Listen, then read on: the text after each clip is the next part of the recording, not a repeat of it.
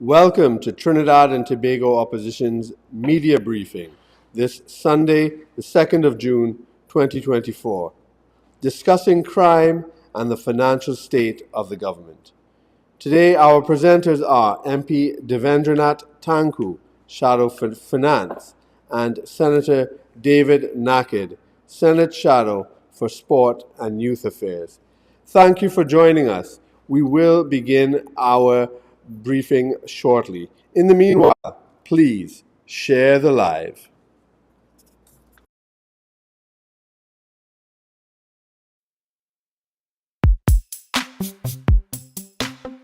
As you walk with us to the part of life, you will never have to walk alone. Come on!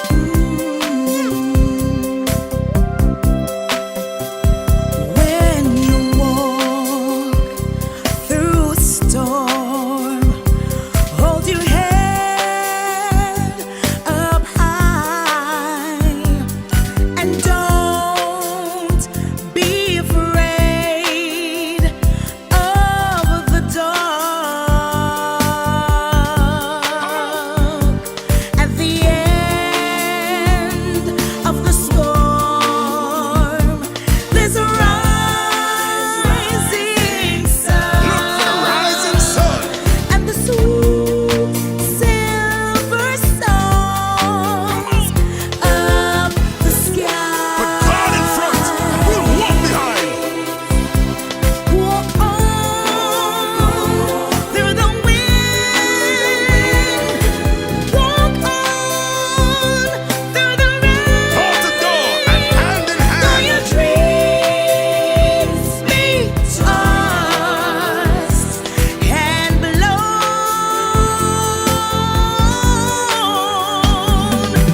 walk on, walk on with hope in your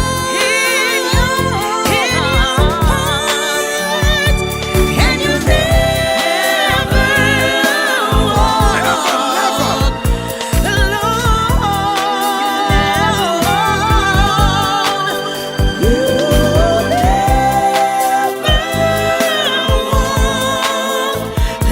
alone. So put your hands up high and let's reach for the sky for the rising sun. Come walk with us. We'll walk with you. And you'll never walk alone.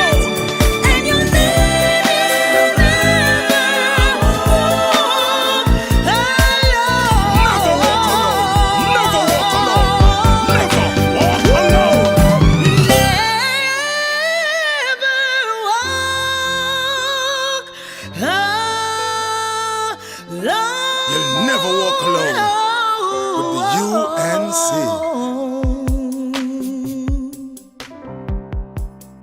We stand united in the belief that if you empower a community, the community empowers the country. We are the party that gave every child a secondary school education since 2001. By building more schools in 11 years than others did in 40. We believe that no child, Rich or poor, should be left behind. which is why we give every 4-month student a laptop to expand their minds and their dreams, We are the party that put police cars back on the streets. and gave the police a $1,000 bonus because we believe that we should support the persons who are protecting you. We are the party that reduced the murder rate to its lowest in 14 years. We expanded GATE, stopped the property tax, and increased maternity leave. We are the party that invested in you and your community by investing in schools, community centers, lighted parks, 24-hour health centers, and the most extensive road repair program in decades. We believe that education is always a solution and that no one should have to pick between sending their child to school or buying food. We are the party that works for you. We are the first responders in every situation, working to deliver a better standard of living for you and your family. And most importantly, we have confidence in you, the people of Trinidad and Tobago. This is not a campaign, it's a movement based on building communities and strengthening families. Come out and join us and together we will get the nation working and moving again. Our children will once again have access to gate and technology. We will improve healthcare. By cutting the time it takes to see a doctor in an emergency, we will establish a senior citizen unit in every major hospital and staff the hospital with the doctors and nurses you need to create a first-class healthcare system. We will focus on creating high-paying jobs, fixing our laws to remove red tape, and ensuring that you and your family are safer. We will reduce corporate taxes to jumpstart the economy, create a special investment zone along the East-West corridor, and work with entrepreneurs to build a digital economy. This is an investment in your community to move the nation forward and get TNT working again. Whether you are from 4th Street in Barataria to Railway Road in Dow Village, from Green Street in Tunapuna to Clark Road in Dibay, from La Hokita to Moruga, from Miaro to Scarborough, we are one people with the same dreams of a better tomorrow. And when we stand together, we win together. We are UNC and proud. Everybody now, let's go. Come on, come on. Hey. Whoa, oh, whoa, oh, yeah, yeah, yeah. Whoa, oh, whoa, oh, yeah, yeah. It's time to make a difference. It's time to turn that page. We got to do the right things if we want brighter days. Cause things ain't getting easy and the road ahead is tough. It's up to you and I to make the madness stop. Every day the things getting harder, and every day the things getting rough, and every day they hike the food prices, and they implementing more tax. For the sake of our twin nation, and the youth of the next generation, let's stand united, show we not divided. Let's show them now, and send them a message now. Show them that we're the voice of hope. Send them a message now. Show them that our country ain't no joke. Send them a message now. Show them that we're the ones who care. Send them a message now. Oh, oh, oh, yeah, yeah. Everybody now. Whoa, oh, whoa, oh, yeah, yeah, yeah. Whoa, oh, whoa, yeah, yeah. From a distance, look at the picture. Tell me what you see. What you see? An abstract of destruction to destroy you and me. We got to do the right thing. We got to make that move. Cause if we don't act fast on this, we're the ones who lose. Every day the things getting harder, and every day the things getting rough, and every day they hike the food prices, and they implementing more tax. For the sake of our twin nation, and the youth of the next generation, let's stand united, show we not divided. Let's show them now, and send them a message now. Show them that we are the voice of hope. Send them a message now. Show them that our country ain't no joke. Send them a message now. Show them that we are the ones who care. Send them a message now. Oh, oh, oh, yeah, yeah.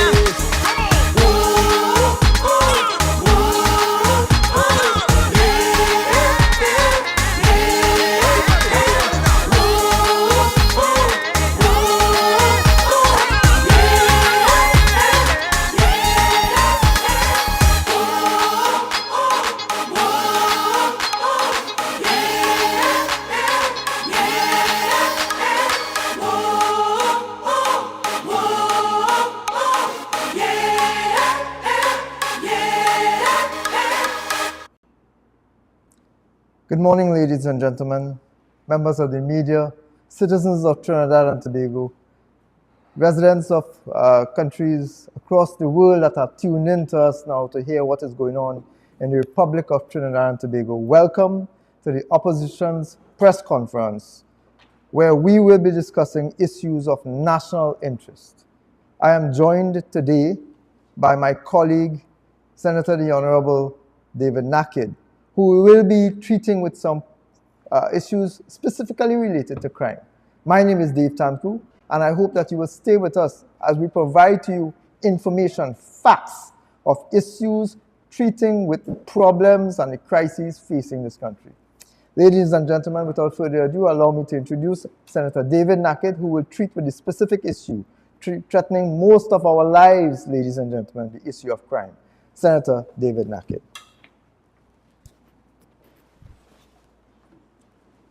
Thank you, the Honorable MP, David Tancoo. In the name of God, the most gracious, the most merciful. It was only a few weeks ago I stood at this podium and spoke with you, the people of Trinidad and Tobago.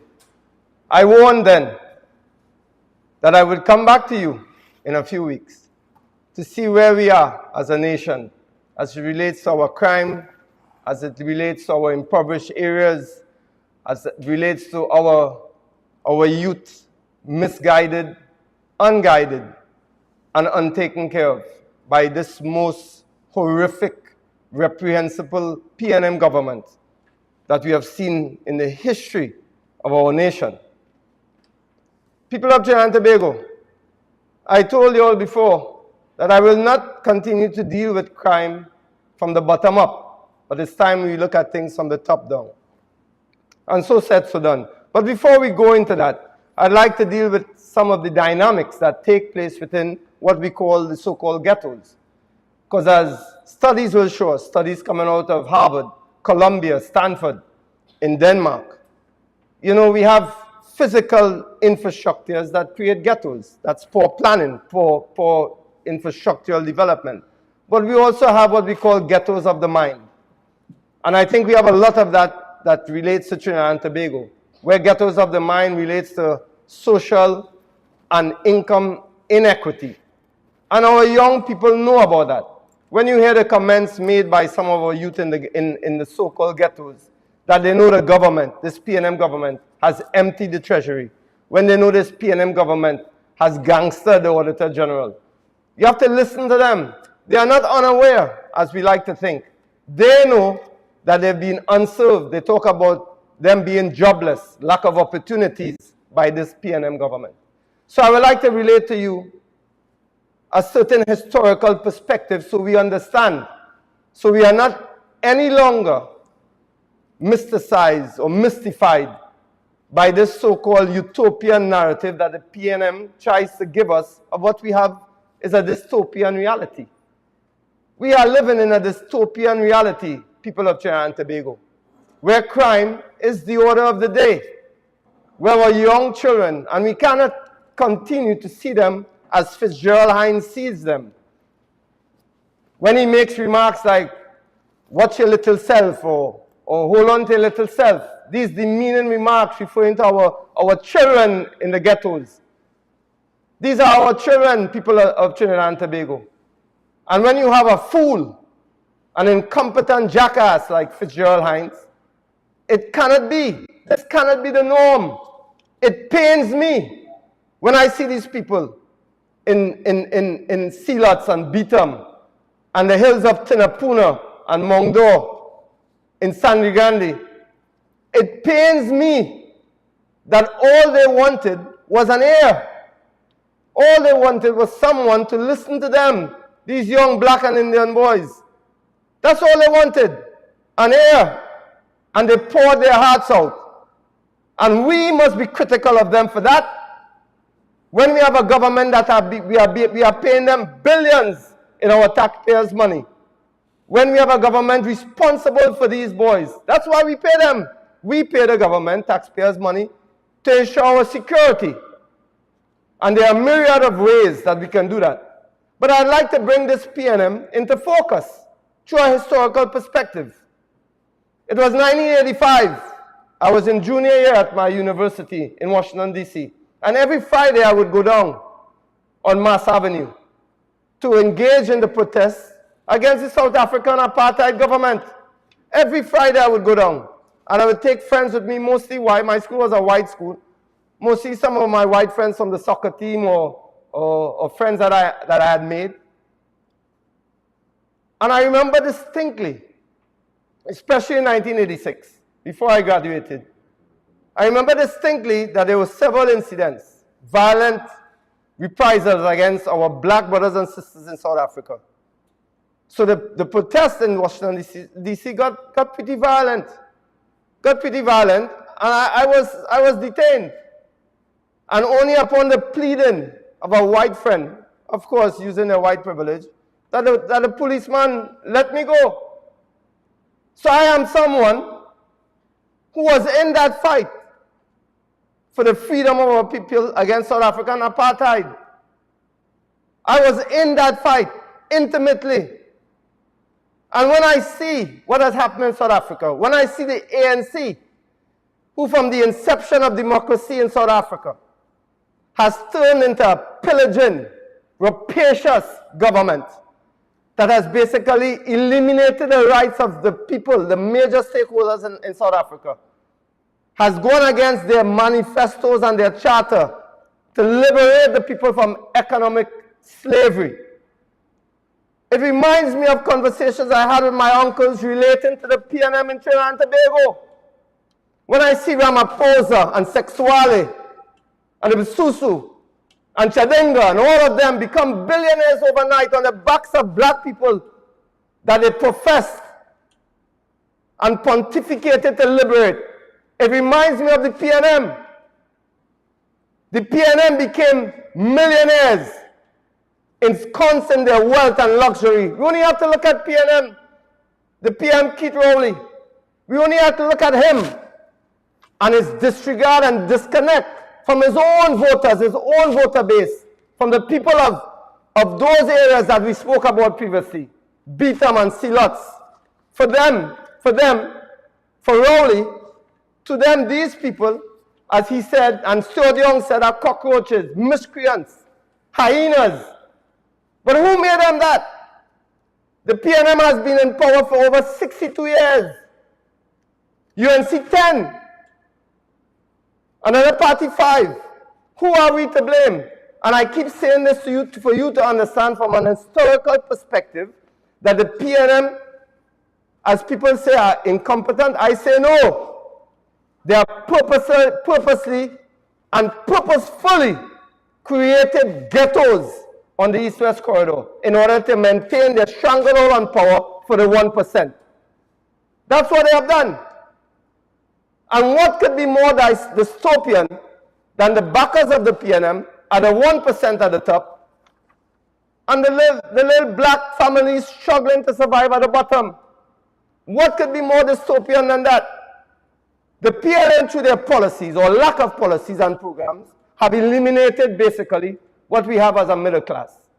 But who were the major employers of all those boys, little boys and girls that we see running around holding guns in what we like to call ghettos? The middle class were the major employers of those. You eliminate the middle class, you eliminate jobs and employment and a living for those people. Let's be clear, people of Trinidad and Tobago. Poverty is a real thing in Trinidad and Tobago, with over 30% of our people below the poverty line. What do we expect then? There's no maths or rocket science there. You impoverish the people, you're going to have repercussions. First, at a social level, and then you're going to have a breakdown of society.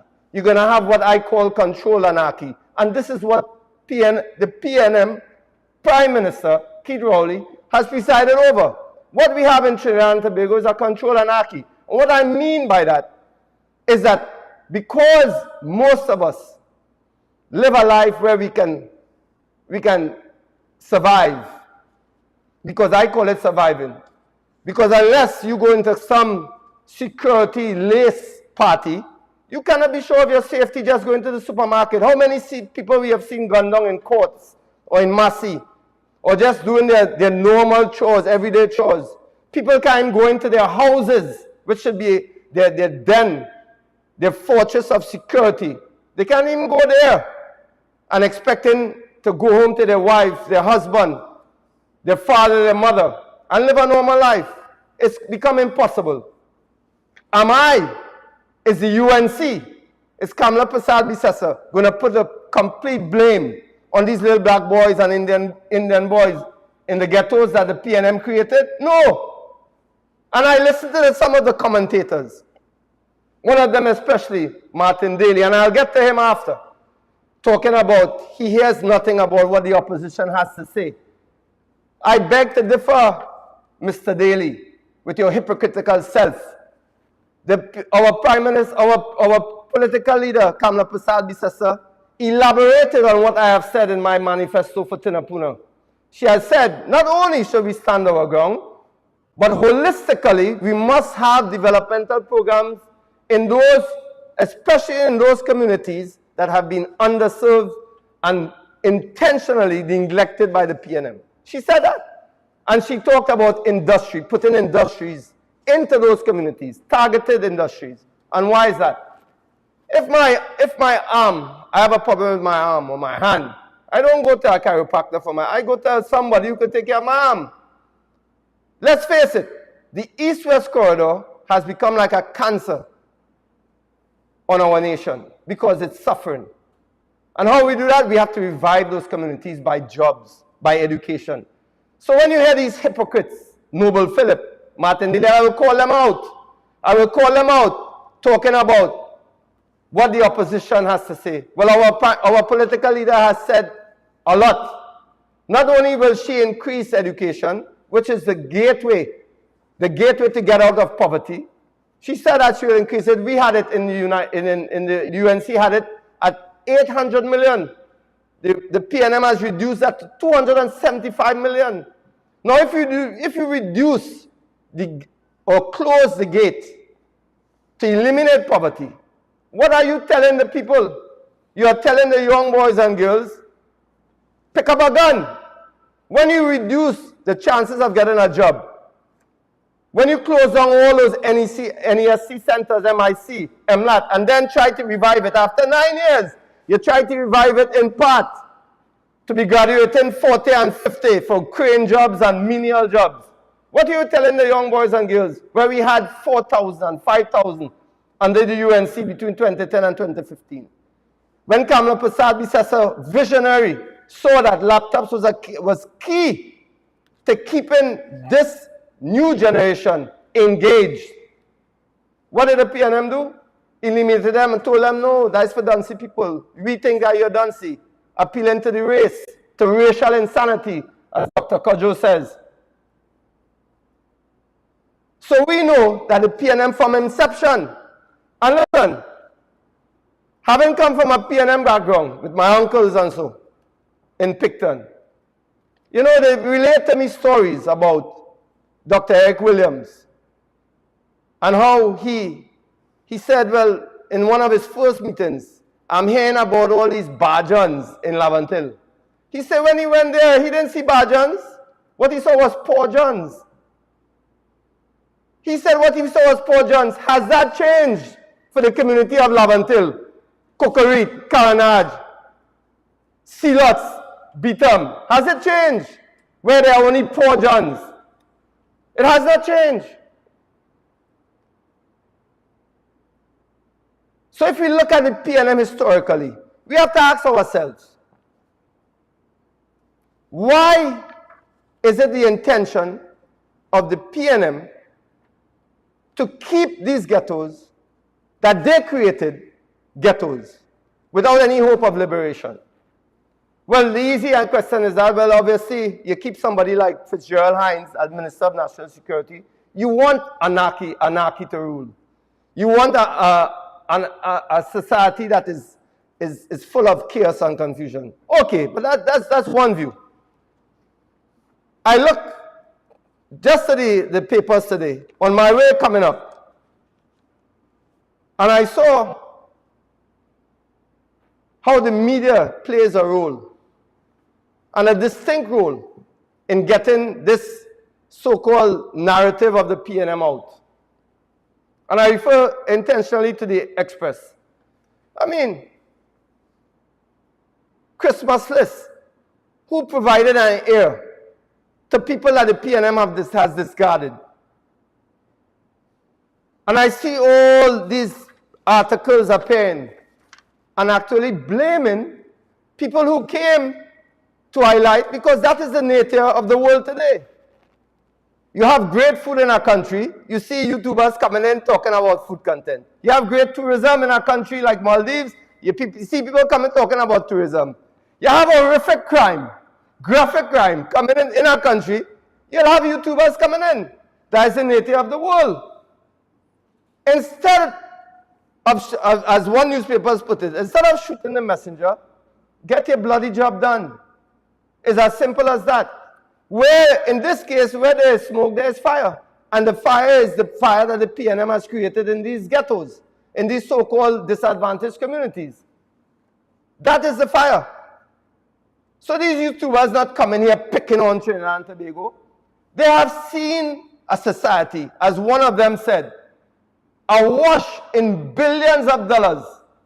And I refer to my brother, my Shafler brother, Darius Figueroa, when he talks about sensationalism.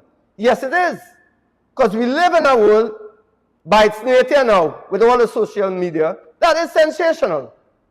But we have to question the roots of that sensationalism.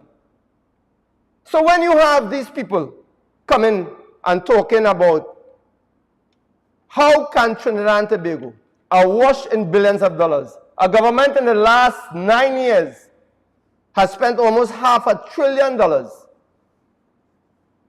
For me, that is where the sensationalism lies.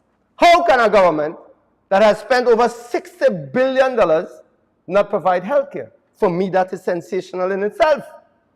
How is a government that has spent over $70 billion in education have the worst, most failing education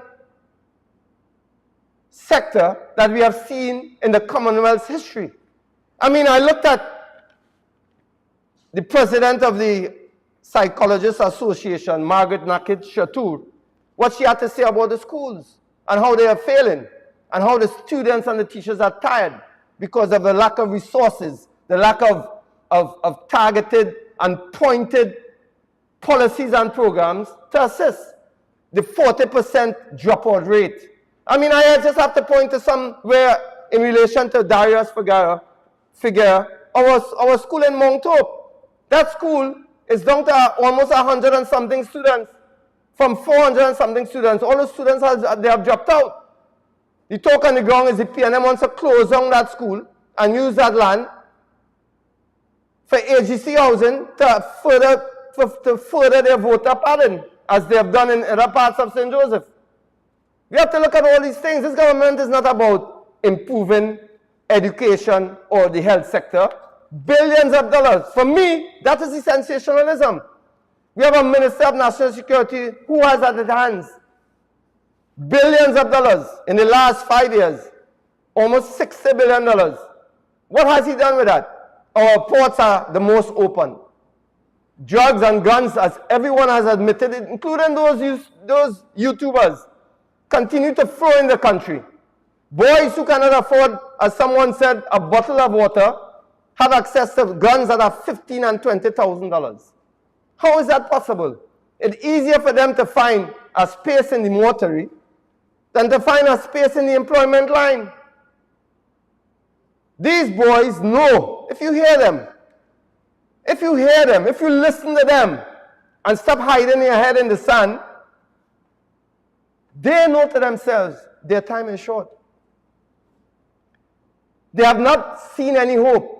And this brings me to the next point.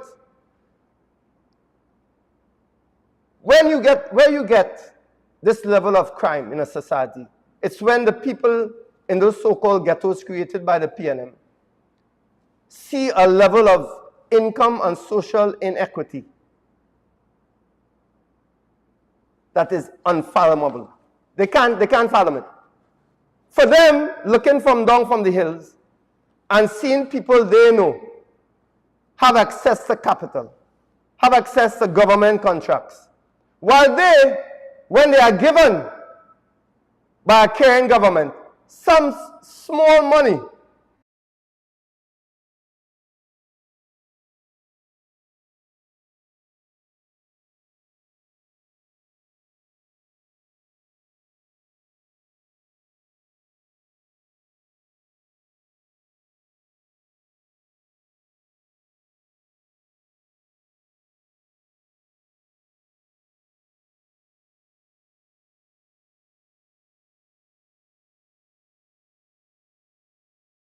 Is it only these gangs that the YouTubers highlighted? I would like one of these YouTubers to go to those gangs that somehow seem to get all those contracts from the government at the other end of the spectrum.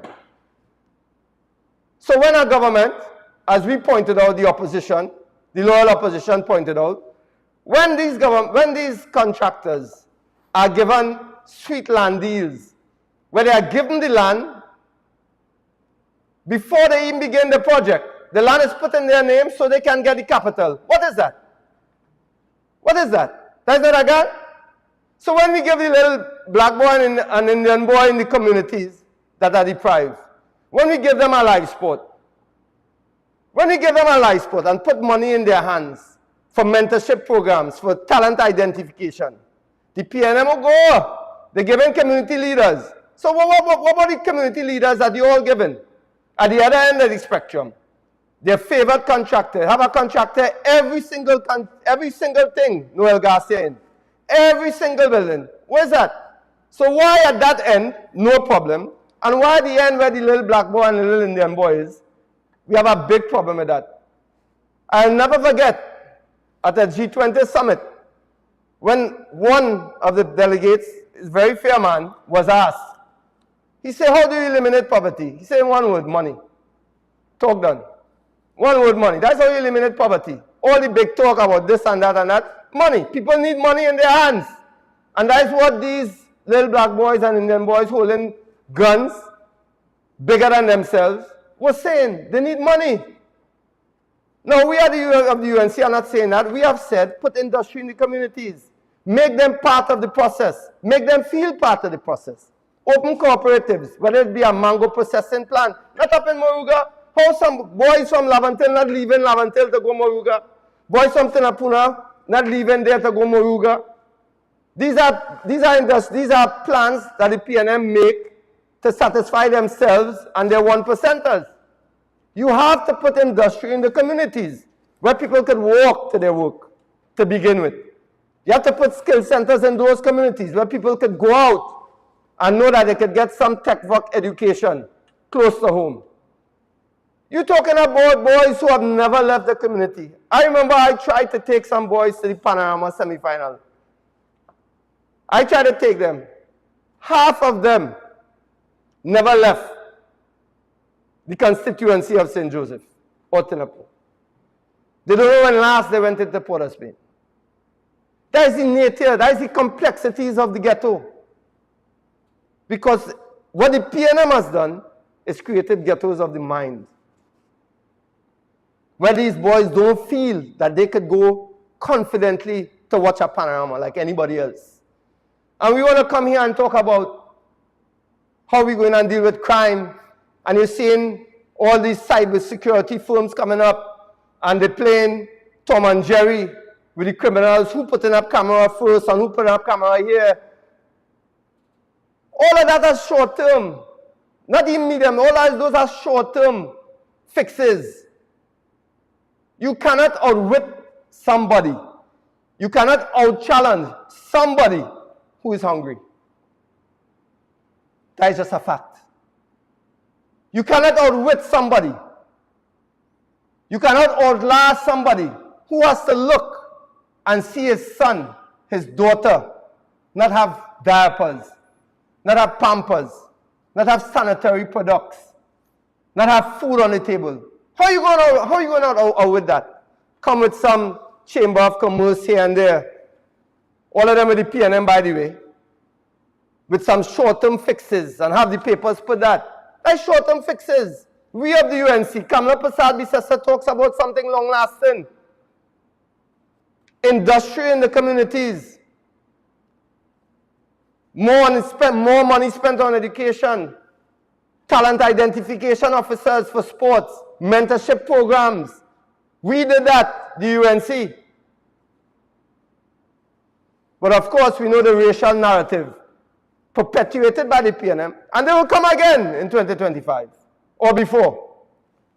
But I am telling you, the people of Trinidad and Tobago, if you want to listen to somebody who understands the East-West corridor, if you want to listen to somebody who lived through it, I have seen people Because I'll continue to give you examples of Lavantil, Picton, especially. What was the difference then and now?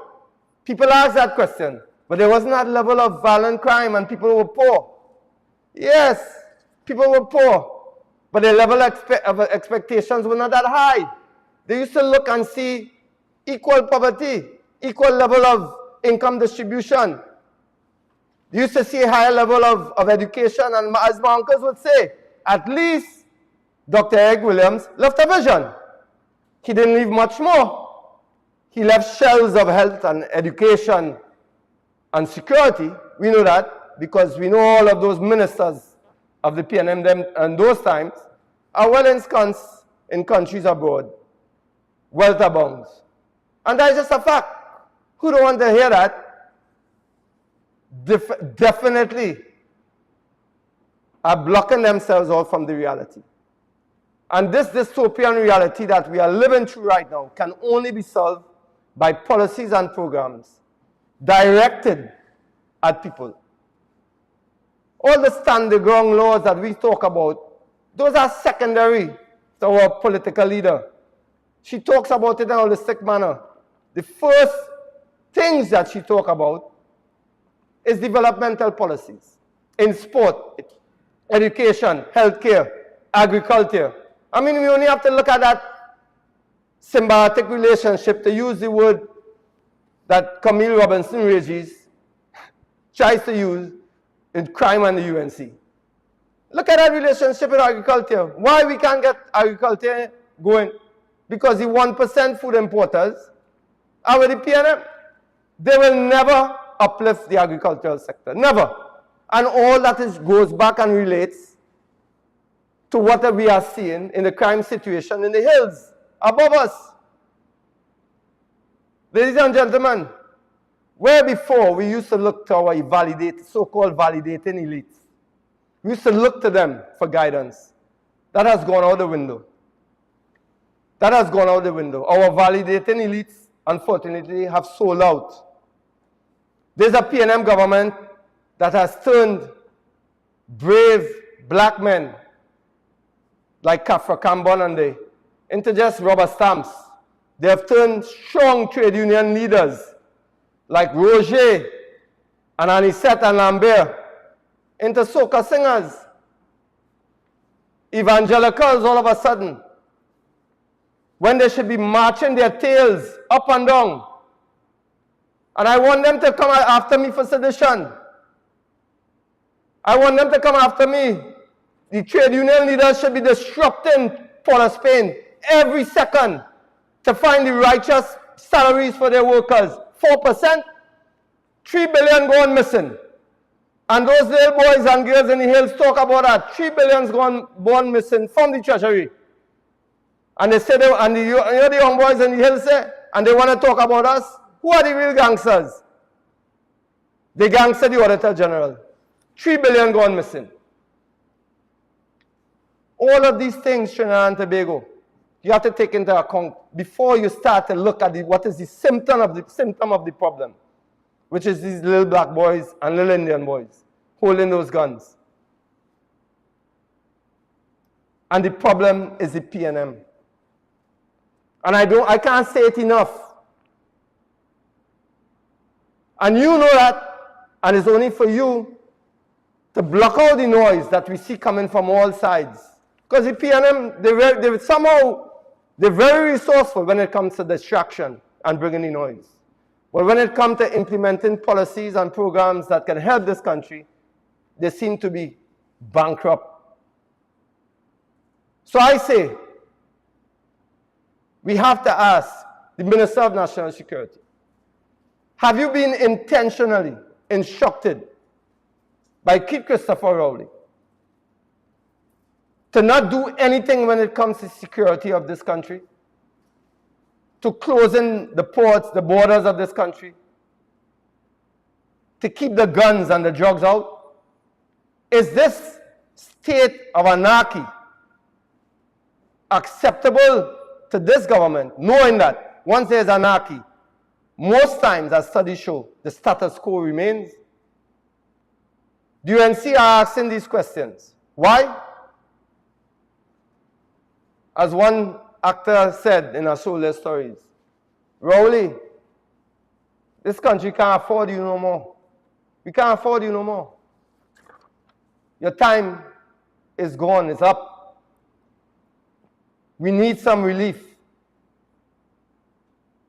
ABG is a real thing. Anybody gets it right now. It's a real thing. So in closing, I say to the people of Trinidad and Tobago, if you want relief when it comes to water supply, if you want relief when it comes to a functioning health sector, if you want relief when it comes to an education sector that is acceptable to us and our children, when you want relief, when you want a competent finance minister who can until now can't account for billions of dollars missing, if you want relief for all those things, look no further. The UNC led by Kamala Persad-Bissessar is the way. And you know it deep in your hearts. Block out the racial insanity. Block out the people who are dissidents. Block them out. And come back to where we were in 2010, 2015, where we had a functioning country, a functioning democracy, where independent institutions were not so compromised. That is the way forward. And to all of those who like to put their hand in the sand and say, what does the opposition present? I just presented to you some of the solutions outlined by Kamala Persad-Bissessar. So people of Trinidad and Tobago, I ask you, look beyond the distractions of the YouTubers and what is sensational and what is not. The reality is a dystopian one in our country right now. The solution is the UNC. I ask you to consider that heavily. We're in a grave situation. Our little black boys and little Indian boys in the hills are crying out for change. As one YouTuber said so poignantly, he heard the cries of children in their voice. He heard the cries of a child in their voice while they pretended to be hardcore gangsters. We have to listen to those cries. We can't let Hines and Rowley only meet these black and Indian boys in the penal system, where to shoot them down as cockroaches is good. We can't. We have to give them a chance. Your taxpayers' dollars at least deserve that chance. I thank you for listening. People of Trinidad and Tobago, I beg that you reflect. And I introduce to you our MP who covers finance quite astutely, Mr. Davendranath Tancoo. I thank you.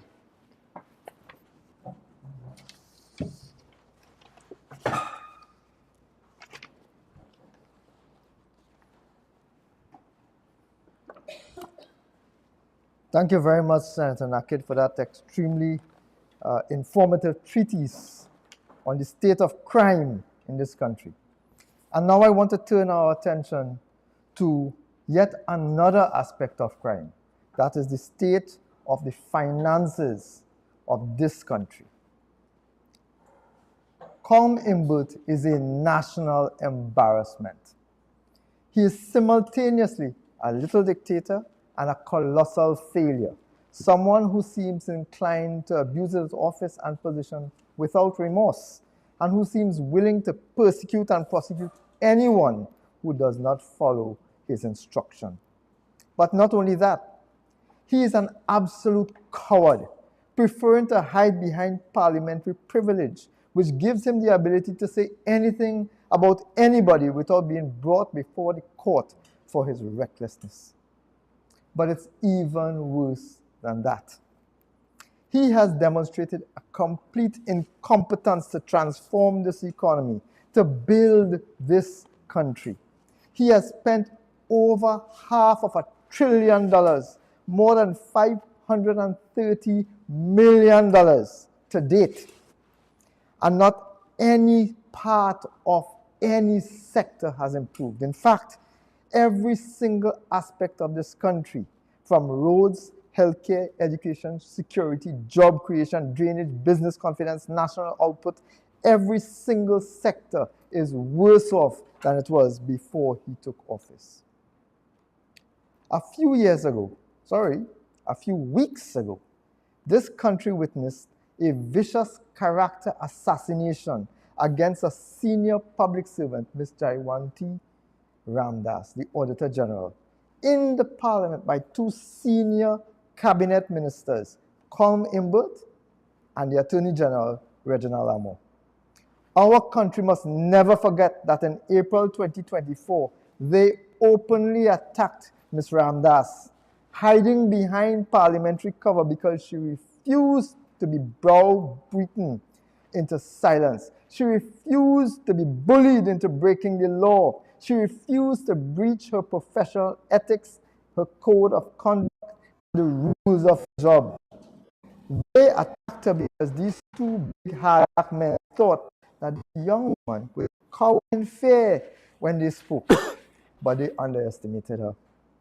Not only is Ms. Ramdas exceptionally qualified for the position that she holds, but she is possessed of a strength of character and professionalism that allowed her to stand her ground and refuse to break the law and the rules of her profession. This, ladies and gentlemen, is an example to all public servants, especially senior officers, and to men and women, not to allow the PNM to misguide and mislead you into illegality. Citizens will recall that when she spoke of a letter which contained new revenue figures being backdated to January 2024. Imbert initially had insisted that this was untrue, but you see, he couldn't hide the facts because the Auditor General held in her hand a true copy of that very same letter she was referring to. Imbert was forced to back down and admit that the backdated letter did in fact exist and did in fact originate from his office and was sent by the Ministry of Finance to the Auditor General. Ladies and gentlemen, this is no small error. In law, this is tantamount to fraud.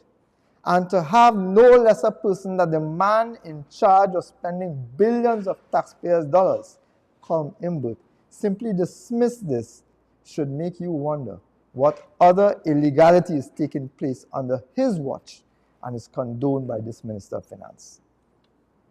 According to the reports in the public domain as well, Imbert picked up the phone, called the Auditor General himself on her private line and demanded her compliance.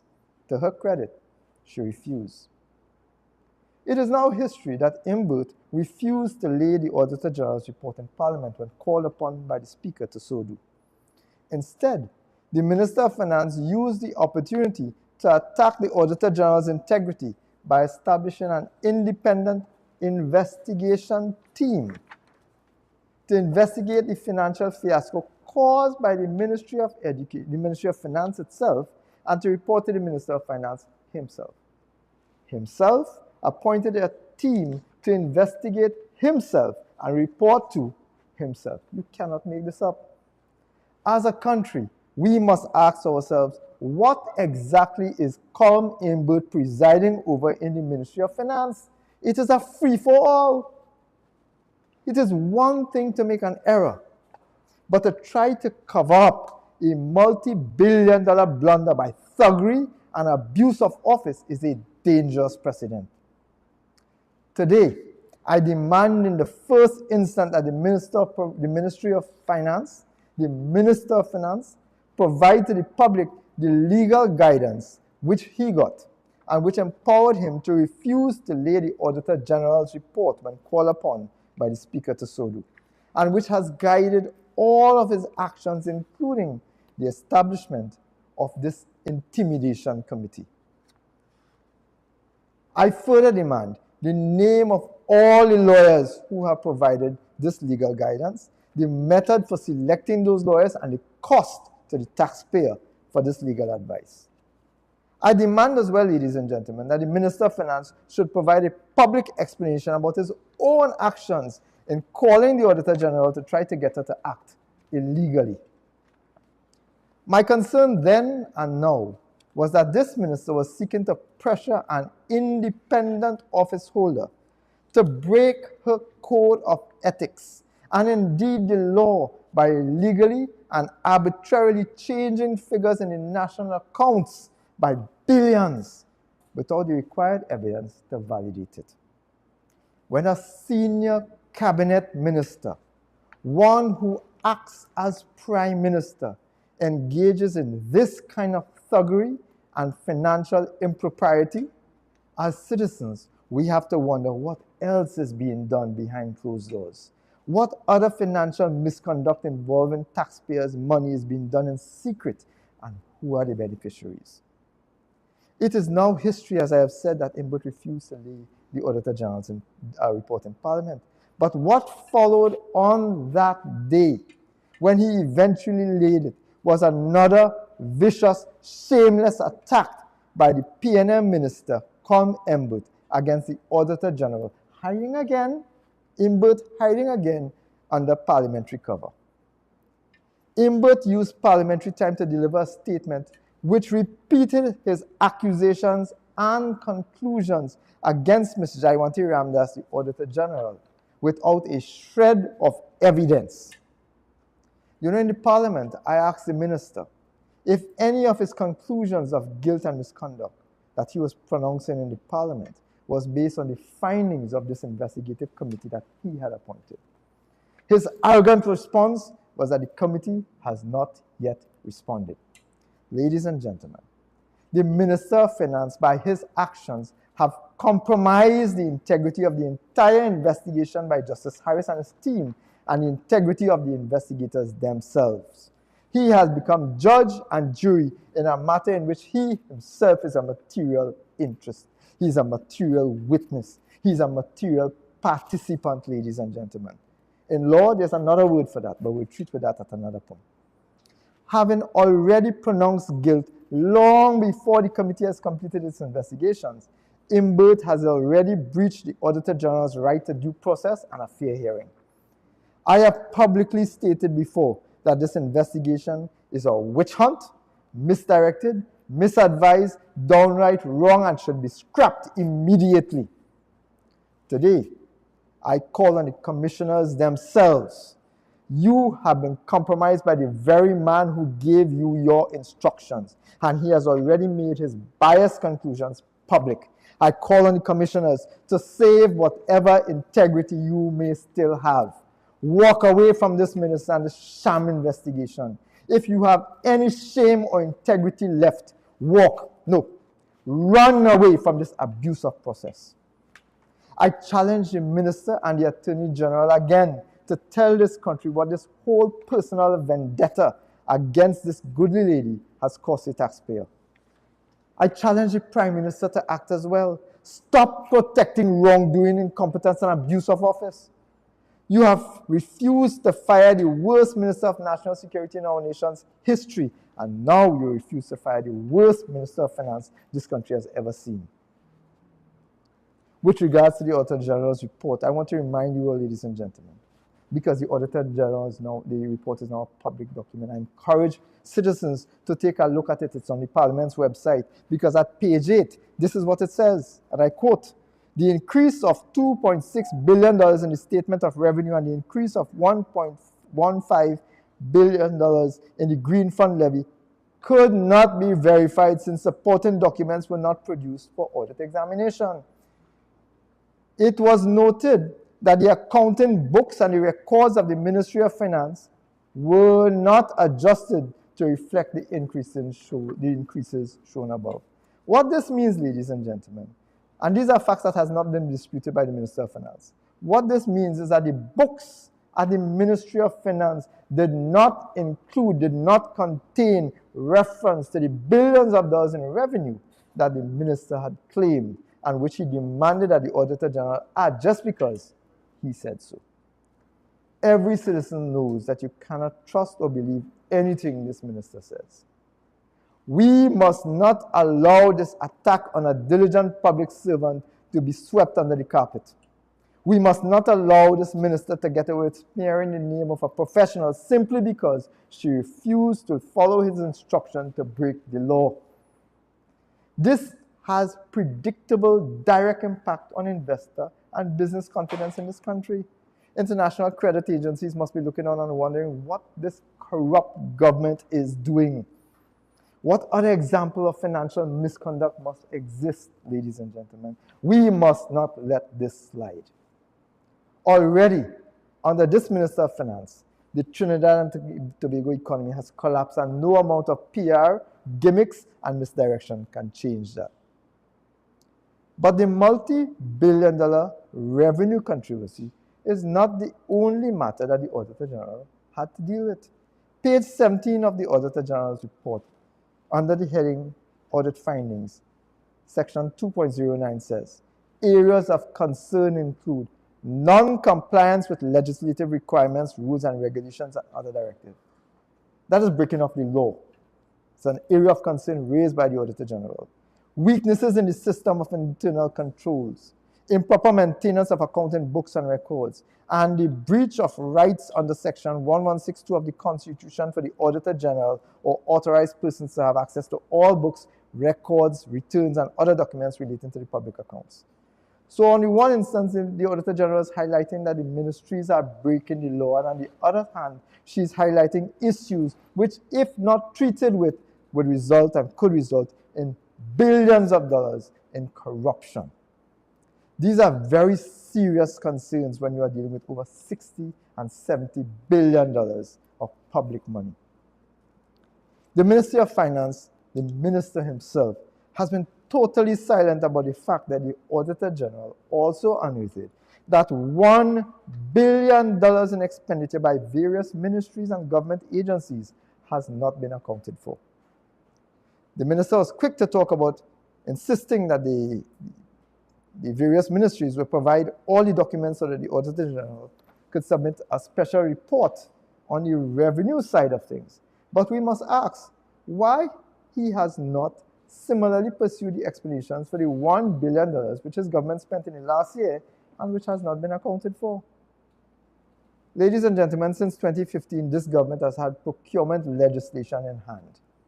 The main purpose of that legislation was to ensure full accountability, the elimination of corruption and avenues for corruption in the award and management of state contracts. That was the focus, that was the intention of the legislation. A former head of the procurement officer had estimated that $5.2 billion per year was lost to corruption in the award and maintenance of state contracts. $5.2 billion. Instead of rushing, ladies and gentlemen, to plug the corruption loss, Imbert and Rowley watered down the legislation, removing critical components, multi-billion-dollar transactions from the purview of this one agency designed to prevent corruption. I am sure I don't have to tell you or to explain to you why Imbert, Rowley, Farris, and the entire PNM would not want anyone to have any opportunity to monitor government and state contracts. They do not want anything that could prevent corruption. It is for the same reason why they will arrest a man who is reported on gangsters, as my colleague said, a man who has reported on gangsters but take no action against the gangsters themselves. Because the government is all about talk, image, and misdirection. But we must not simply turn a blind eye to this $1 billion of this public money that this government cannot account for. That is more money that some ministries get for an entire year. So let me give you a quick snapshot of the kind of money we are talking about and some areas of concern.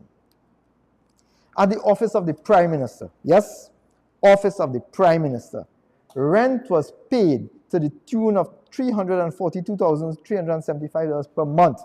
That is $4.1 million spent in rent for the year without the ministry or the office of the Prime Minister being able to provide something as basic as a lease document. In the Ministry of Finance itself, the Auditor General found that over $386 million of public funds were spent without any documents being supported, any documents being provided for auditing. $386 million without any supporting documents under the Ministry of Finance. There were 17 payments totaling $27 million where the check numbers were not listed on the payment vouchers. The audit team discovered that there were 65 cases totaling $228 million in which check numbers were wrongly recorded on the payment vouchers and the schedules of accounts. The Auditor General further found that Imbert's ministry spent $9 million on short-term employment, but refused to or failed to provide evidence to be audited to show exactly how and where this money was spent on and to whom. There were 68 payments totaling $1.4 million where the wrong check numbers were placed on the payment vouchers and the schedule of accounts, and no explanation for any of this from Imbert. $1.4 million was spent for other contracted services, but there was no evidence of a contract, no service agreement to justify this payment. This is the Ministry of Finance, ladies and gentlemen. Under Colm Imbert, the Ministry of Finance is in a mess, and there's much, much more. Over the Attorney General's office, it was discovered that Mr. Armour, Reginald Armour, spent $52,501,672.22 to rent and outfit a building for the DPP, which was never and will never be utilized. The state stopped paying rent for the building since September last year. This is $52.5 million of our taxes, our money, just thrown away, and neither Imbert nor Armour seems to bother. There's absolutely no indication of any attempt to recoup on any of the money that they have spent. They have closed their eyes to this expenditure, and they expect us all to forget it. The auditors also from the AG's office was illegally withholding 3 treasury deposit accounts totaling $2.8 million for the last 3 years without transferring it to the revenue side as required by law. The Ministry of Education was also illegally withholding 3 treasury deposit accounts totaling $12.6 million. Illegally, ladies and gentlemen. The Ministry of Health claimed that it spent $5.5 million on medical equipment upgrades, but the ministry was unable to provide to the auditors any of the relevant letters of award, contracts of award, tenders, delivery notes, any documentation to support this $5.5 million spent by the Ministry of Health. How is your money being spent, ladies and gentlemen? Is nobody in these ministries paying attention? Do they even care? The auditor also found that in the Ministry of Social Development, over $23 million was spent on short-term employment, but the ministry could not show any contract, any high-end policy, any personal information to show how, where, and on whom these millions were actually spent. Where has the money gone? Where is that? Why is there no accountability for this kind of money? What are they hiding? Who are they protecting? Who has been the beneficiaries of these millions of dollars, ladies and gentlemen? Millions more in expenditure has been spent on IT equipment and services. And again, these remain unsubstantiated. Unsubstantiated because the documentation, the tender documents, the contracts, the agreements, and even quotations were missing. Obviously, this leaves room, fertile room, for corruption on a massive scale. And that, ladies and gentlemen, is what is going on under this PNM administration. Billions of dollars in corruption, and the ministry and the ministers close their eyes and expect taxpayers to close their eyes too. Under the newly founded and newly minted Ministry of Digital Transformation, $19 million were found to have been spent on short-term employment. Remember that? Short-term employment, with significant issues regarding the date of employment and the terms of employment in some cases, and breach of the law regarding the length of employment being highlighted by the Auditor General. In fact, the Auditor General was so concerned that she specifically included a special section in the report noting the drastic and multi-million-dollar increase in expenditure under short-term employment and cautioning the government that its method of operation was contrary to good industrial relations practice and potentially exposes the government and taxpaying citizens to liability. While thousands of persons cannot get a job in this country, the PNM are openly hiring friends and family without advertising, without contracts, spending hundreds of millions of dollars, and to hell with accountability. This is PNM corruption across the board, ladies and gentlemen. And these are just a few examples. There is $1 billion spent of your money, which to date remains unaccounted for. This is what a Minister of Finance should be focused on. This is what taxpayers are paying him for. Instead, he seems anxious to persecute and prosecute the Auditor General for highlighting his failure as the minister responsible for the public finances of this country. Ladies and gentlemen, I ask the Minister of Finance, I wonder if you have no professional competence, Minister, where is your shame? How can you show up in Parliament still without any explanation for any of these breaches, including breaches of the law occupied and held under your watch, Minister? Today, I demand that the Minister of Finance use the additional time provided to him by Parliament to immediately instruct the permanent secretaries of these negligent ministries, including his own ministry, to provide immediately to the Auditor General all of the information required to ensure that this $1 billion in expenditure, currently unaccounted for, is able to be fully audited, justified, and verified. You have the time, Minister, but do you have the will? That is what a proactive Minister of Finance would do. Instead, all this minister is interested in doing is funding and finding new ways of extracting money from taxpayers without accounting for what he has received and without providing the services required by citizens. And this shameless gentleman comes again asking for more. Tomorrow, ladies and gentlemen, the Standing Finance Committee of the House of Representatives will meet. Having failed to account for $1 billion spent last year, this government is now coming to ask for an additional $2,328,099,600 in addition to the $68.4 billion that they already have approval to spend. This would mean that the government would spend $70.7 billion in fiscal 2024. This is the highest level of expenditure ever by any government in our nation's history.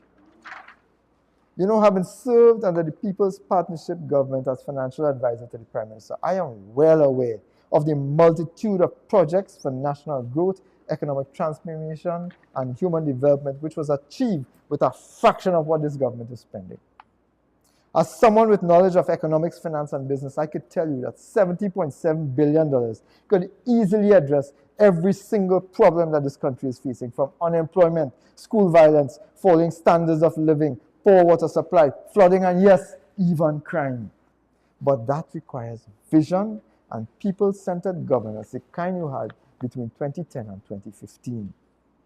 Today, our socio-economic health is the worst it has ever been. Our nation's finances are in a complete mess thanks to 9 years of failure by Kwame Imbert and the PNM. Imbert has crashed our economy.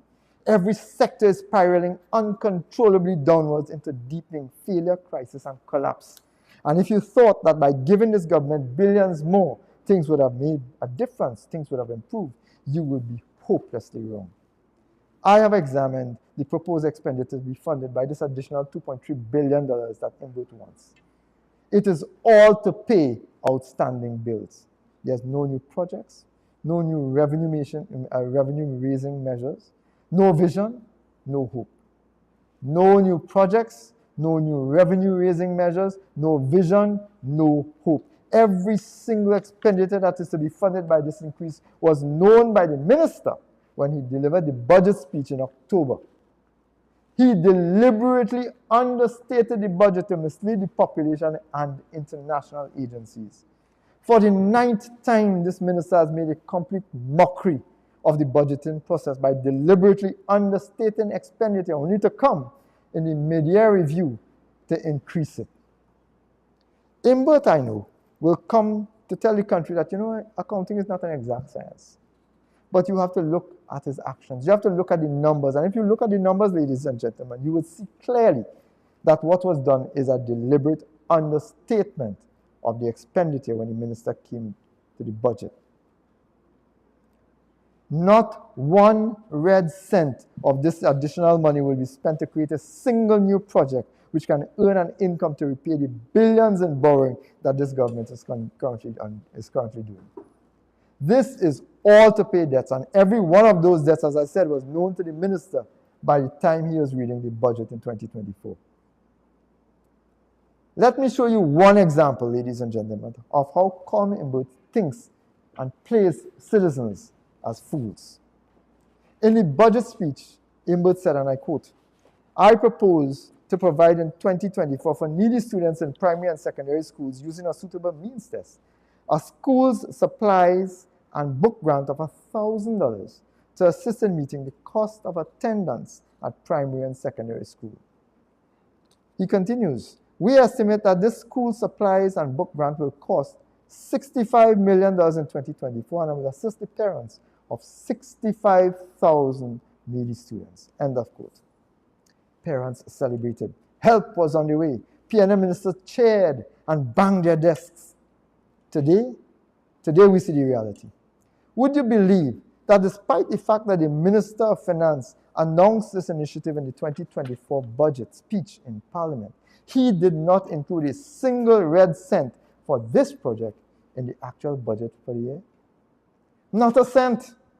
Head 26, Ministry of Education, Subhead 04, Current Transfers and Subsidies, Sub-Item 42, School Supplies and Book Grant, zero. But that is not all. In the budget, as I just read, he estimated 65 students would benefit at a cost of $65 million. You know how much he budgeted? You know how much he's bringing, how much he's asking for now? Today, he's budgeting $20 million. Nothing for 45,000 students, nothing for 45,000 children that he promised in the 2024 budget, not a cent. And that is why you cannot believe a single word from this minister, even when he writes it down and even when he says it publicly. One of the largest chunks of the increased expenditure will be to the Ministry of Health, who will receive $500 million more than they received previously in the 2024 budget. Once more, everything here is to pay outstanding bills, outstanding trade payables, and deficits in operating expenses, under budgeting. Specifically, ladies and gentlemen, the Southwest Regional Health Authority will receive $60 million more to meet the payment of outstanding trade payables, that is, utilities, rent, janitorial services, food supplies, medical gases, medical supplies, and other expenses as at February 29th, 2024. I was greatly interested in this particular head, ladies and gentlemen, because yesterday evening, I visited Ward 17 of the San Fernando Teaching Hospital to visit a relative who was warded and who begged me to come. What I found there was heartbreaking. There was no air conditioning, absolutely no ventilation. The place was a sauna. My phone measured the temperature at a smothering 33 degrees Celsius, and this was around 4:30 p.m. on a heavily overcast day. I shudder to think of what the temperature was on a hot day as we have been having over the last few months. Patients were drenched in sweat. The high acrid scent of urine and feces was nauseating. The fan in the room I visited was simply circulating stale, musty air. Patients told me that they have had to survive those inhumane circumstances, ladies and gentlemen, for weeks. Many have breathing difficulties now, inflicted with new health problems that they never had before they walked through the doors of the San Fernando General Hospital. Patients said that the nurses and doctors were doing their best, but that the air condition had been down, ironically, since International Nurses Day at the start of May. And it was only recently that a few fans were brought, and like I said, those fans were doing nothing to reduce the stifling heat. This, ladies and gentlemen, is a major health hazard. It is an absolute violation of the Occupational Safety and Health Act for nurses and doctors to be forced to work in that environment. It is a violation of every human right to have patients with a combination of illnesses, including viral ailments, existing in those circumstances, ladies and gentlemen. The Minister of Health, Mr. Terence Dayal Singh, is fully aware of this situation and has not lifted a finger to help nurses, doctors, or patients for weeks now. This is the man who told the country with a straight face how much he appreciates medical workers and how much he cares about the patients at our nation's health institutions. But now you know the truth. Now you know that he does not care about anything except photo opportunities. The water in the bathroom was brown, which means that the patients cannot drink it and have to be concerned about even bathing with it. Relatives have to bring in bottled water, or the female nurses on staff have to lift the 5-gallon bottles, which weigh 41 pounds. They don't even have a dispenser, ladies and gentlemen. Obviously, too, there was a visible shortage of nursing staff on the ward, which means that in addition to have to work in highly unsanitary conditions, they are also overworked. Ladies and gentlemen, I challenge the Minister of Health to go to the 17th floor of the San Fernando Teaching Hospital today and spend one day there on a bed and see and experience what kind of condition he has put patients through and medical workers through because of his heartless, disgusting, shameless dislike for citizens. I was advised, ladies and gentlemen, that what is required is a single but expensive part to fix the air conditioning unit, but that they don't have the money to do it. So patients have no hope of any solution soon. And this is, ladies and gentlemen, after this PNM government has spent $1 billion that to date they cannot account for. We're not finished, ladies and gentlemen. The Ministry of Public Utilities will get $528 million more, representing a 42% increase over the 2024 budget estimate. That is an obvious case of under-budgeting. Of this, $522 million will go to WASA to meet deficit, the shortfall from the 2024 allocation. Sadly, this means that not a cent will be used to treat with the real problems that citizens are facing. Tens of thousands of citizens in Oropouche West, my constituency, and environs, and in other parts of the country are without pipe-borne water supply for weeks and in some cases months. I have written numerous letters to the Minister of Public Utilities and to WASA on behalf of constituents of Oropouche West. But Minister Marvin Gonzalez continued to disrespect these taxpaying citizens. The water trucking services are grossly inadequate, with many residents unable to get a supply from WASA by a truck-borne water supply for months as well. Perhaps what is most ridiculous is that when a resident calls to WASA to make a request for a truck-borne water supply, they are told that their accounts must be up to date in order to qualify for a water truck supply. Their accounts must be up to date. They must have paid all their WASA rates already, and it was only on that basis that they will get a water supply. Ladies and gentlemen, residents are being forced to pay as much as $1,200 per month to buy water privately, while they still have to pay Marvin Gonzalez and WASA for a service that they are not receiving. Imagine paying a monthly water rate. Imagine that, ladies and gentlemen. Imagine having to pay a monthly water rate and still have to pay for water privately. This is unacceptable and unethical. It seems that Minister Marvin Gonzalez simply does not care about the tax-paying citizens of South Trinidad, and only he could say why. Years ago, he boasted of drilling wells and an increased supply that would have come soon to Pinal and environs. That turned out to be another lie. Given that additional money is going to be spent to pay existing debts and obligations, it is obvious to residents of Oakwood West that they would be forced to continue to be victimized by the water politics and the water war being waged by Marvin Gonzalez and the PNM against citizens of this country.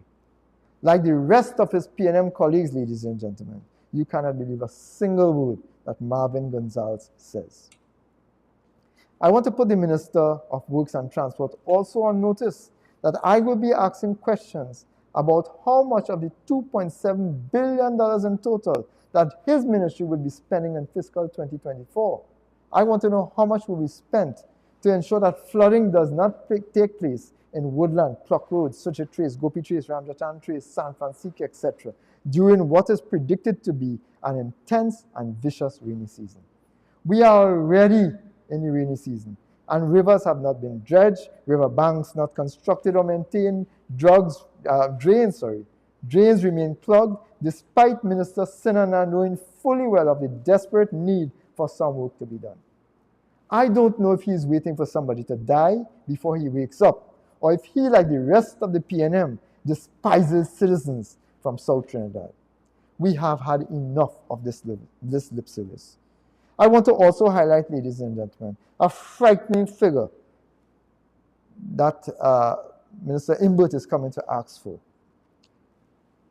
Again, we see the emergence of legal fees being a major factor.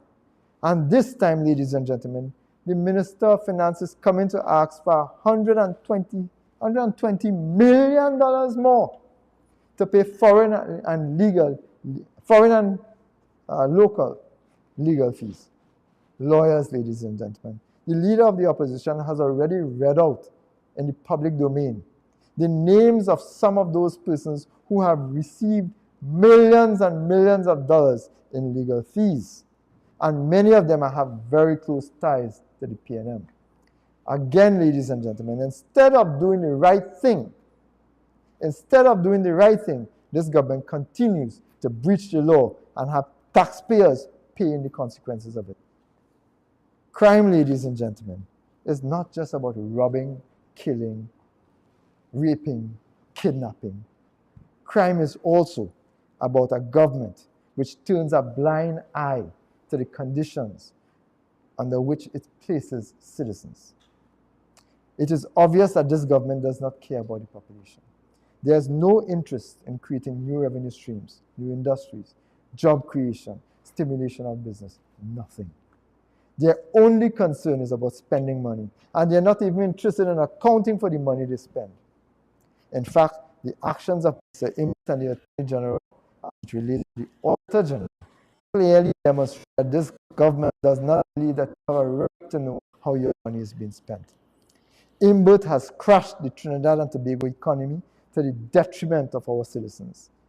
With his typical PNM myopic lack of vision, he has compromised existing revenue sources and is desperately blaming everyone else for his failure. His ego prevents him from using UNC's National Economic Transformation Plan, which we gave to the nation almost 4 years ago and which contains a workable blueprint for transforming our economy and developing our nation. Instead, Imbert has introduced a slew of new or higher taxes, including property tax and soon higher water and electricity rates, as well as higher NIS contribution rates, because he lacks the common sense and vision needed to transform the economy. This PNM's plan, ladies and gentlemen, is a plan designed to fail, designed to hurt the population, designed to hurt the small and medium-sized businesses in favor of a few big businesses owned by friends, family, and financiers of the PNM. Trinidad and Tobago, it is time to join the UNC in calling for, in demanding accountability and transparency. Trinidad and Tobago must stand up and speak out now. I thank you, ladies and gentlemen. We will now open the floor in case members of the media present and online have any questions that they would like to pose to myself and my brother, Senator Nakid. Jonah.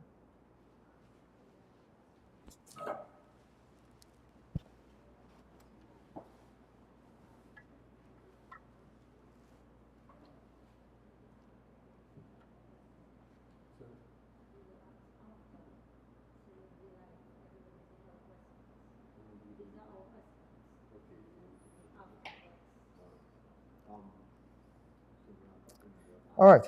Since we have done such an exceptional job of presenting and there are no questions from the ministry, from the various media persons present and online, I want to thank you all, ladies and gentlemen, for sharing your Sunday with us, for paying attention to the issues and crises facing Trinidad and Tobago, and for giving us the opportunity to present to you some information which should be of grave concern to citizens, ladies and gentlemen.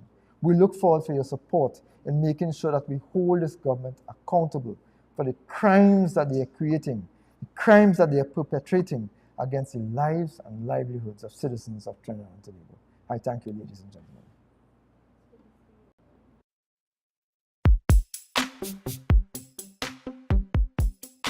We stand united in the belief that if you empower community, the community empowers the country. We are the party that gave every child a secondary school education since 2001. By building more schools in 11 years than others did in 40. We believe that no child, rich or poor, should be left behind. Which is why we give every Form 1 student a laptop to expand their minds and their dreams. We are the party that put police cars back on the streets and gave the police a $1,000 bonus because we believe that we should support the persons who are protecting you. We are the party that reduced the murder rate to its lowest in 14 years. We expanded GATE, stopped the property tax, and increased maternity leave. We are the party that invested in you and in your community by investing in schools, community centers, lighted parks, 24-hour health centers, and the most extensive road repair program in decades. We believe that education is always a solution and that no one should have to pick between sending their child to school or buying food. We are the party that works for you. We are the first responders in every situation, working to deliver a better standard of living for you and your family. And most importantly, we have confidence in you, the people of Trinidad and Tobago. This is not a campaign, it's a movement based on building communities and strengthening families. Come out and join us, and together we will get the nation working and moving again. Our children will once again have access to GATE and technology. We will improve healthcare by cutting the time it takes to see a doctor in an emergency. We will establish a senior citizen unit in every major hospital and staff the hospital with the doctors and nurses you need to create a first-class healthcare system. We will focus on creating high-paying jobs, fixing our laws to remove red tape, and ensuring that you and your family are safer. We will reduce corporate taxes to jumpstart the economy, create a special investment zone along the East-West corridor, and work with entrepreneurs to build a digital economy. This is an investment in your community to move the nation forward and get TNT working again. Whether you are from 4th Street in Barataria to Railway Road in Dow Village, from Green Street in Tunapuna to Clark Road in Debe, from La Hoqueta to Moruga, from Mayaro to Scarborough, we are one people with the same dreams of a better tomorrow. And when we stand together, we win together. We are UNC and proud.